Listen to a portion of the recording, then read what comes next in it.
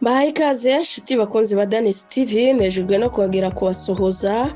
Nitwa Ndahiro Clementine kandi ndi kumwe namwe mu kiganiro Ineza, ikiganiro kigamije kubaka ubuzima bwiza, gutera imbere imbaraga no gufasha abantu kugera ku ntego zabo. Uyu munsi tugiye kuganira ku nsanganyamatsiko igira iti: gututubikana ukagera ku cyo ushaka, dreams. Buri muntu avuka agira inzozi. Hari urota kuba umuganga, umwarimu, rwiyemezamirimo, umuyobozi, umuhanzi cyangwa undi muntu ugire icyo amarira sosiyete. Ariko ikibabaje nuko abantu benshi bapfa batageze ku nzozi zabo. Si uko batari bafite impamvu cyangwa impano cyangwa ubushobozi, ahubwo nuko bacitse intege bagahagarara mbere y'igihe.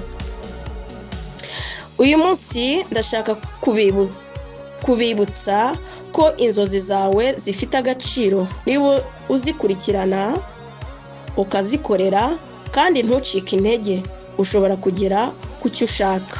Ingingo ya mbere iragira iti: tangira wemere ko inzozi zawe zishoboka. Nshuti yanjye, hari abantu bashobora bumva amagambo babwirwa ngo ntibazabishobora, aho kuvuga ntihava abantu bakomeye. Nta bushobozi ufite. Iyo ukomeje kwemera ayo magambo ugenda wiyumvamo ko nta kizavamo cyangwa nta kizashoboka. Abantu benshi bageze ku ntsinzi no ku nzozi zabo batangiye ku bushobozi bwinshi, bafite icyabatandukanyaga n'abandi nuko batigeze bareka kwizera inzozi zabo. Ntukemere amateka yawe cyangwa ahahise hawe cyangwa aho ukomoka bigena aho uzarangirira. Ahazaza hawe hashobora kuba heza kurusha aho uko ubitekereza. Intego ya kabiri cyangwa ingingo ya kabiri iragira iti: gira intego zisobanutse. Nshuti zanjye, inzozi zidafite gahunda zisa n'ubwato butagira icyerekezo. Ibaza uti: ndashaka kugera he mu myaka 5 iri imbere?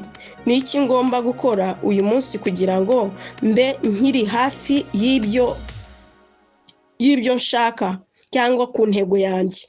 Iyo wanditse intego zawe kandi ukazikurikirana, uba ufite icyerekezo. Abantu benshi bifuza gutsinda ariko ntibafite gahunda yo gutsinda. Inzozi zigera ku musaruro iyo zihindutse gahunda ifatika. Ingingo ya gatatu iragira iti: kora buri munsi nubwo nta intambwe yaba nto, cyangwa tangirana n'igishoro cyawe ufite mu bushobozi bwawe. Hari abatekereza umunsi ibintu byose bizahinduka icyarimwe. Oya. Ariko ukuri nuko intsinzi yubakwa ku buhoro buhoro. Kandi ushaka kuba umwanditsi, tangira wandike paji imwe buri munsi. Niba ushaka kuba rwiyemezamirimo, tangirana n'igishoro gito ufite. Niba ushaka kwiga ururimi rushya, tangirana amagambo make buri munsi. Intambwe nto zikorwa buri munsi zigera ku ntsinzi nini. Ntutinye gutsindwa. Iyo ni ingingo ya 4. Nshuti zanjye, hari igihe uzahura n'ibibazo, hari igihe uzagerageza ibintu ntibigende uko wabitekerezaga. Ibyo ntibisobanuye ko ugomba guhagarara. Gutsindwa si iherezo, ni isomo. Abantu benshi batsinze mu buzima banyuze mu bihe byo gutsindwa mbere yo kugera ku ntsinzi. Ahubwo buri kosa rikwigishe icyo wahindura kugira ngo ubutaha urusheho gukora neza. Ingingo ya 5 iragira iti: irinde abantu baguca intege. Bakundwa, abantu bazahora babona impamvu zituma utagera ku nzozi zawe. Bazakubwira igihe cyarangiye, ko nta mafaranga adahagije cyangwa udashoboye. Shaka inshuti zituma zigutera imbaraga. Girana ubusabane n'abantu bagutera icyizere, bagagukosora mu rukundo kandi bakagufasha gukomeza urugendo. Abantu tugendana bagira uruhare runini cyane n'icyerekezo cy'ubuzima bwacu. Ingingo ya 6, ihangane kandi ugire ukwihangana mu byo urimo. Hari inzozi ziza zisaba igihe kinini. Ntabwo ibintu byose bigerwaho mu kwezi kumwe cyangwa mu mwaka umwe. Hari igihe uzabona abandi bagera kure kurushaho. Ntukabigereranyeho, buri muntu afite urugendo rwe. Inshuti zanjye, icy'ingenzi ni uko gukomeza gutera intambwe imbere buri munsi. Kwihangana ari imwe mu mfunguzo n'intsinzi. Ujye wiga ibintu bishya. Isi ihora ihinduka. Ingingo ya 7, jye wiga ibintu bishya. Isi ihora ihinduka.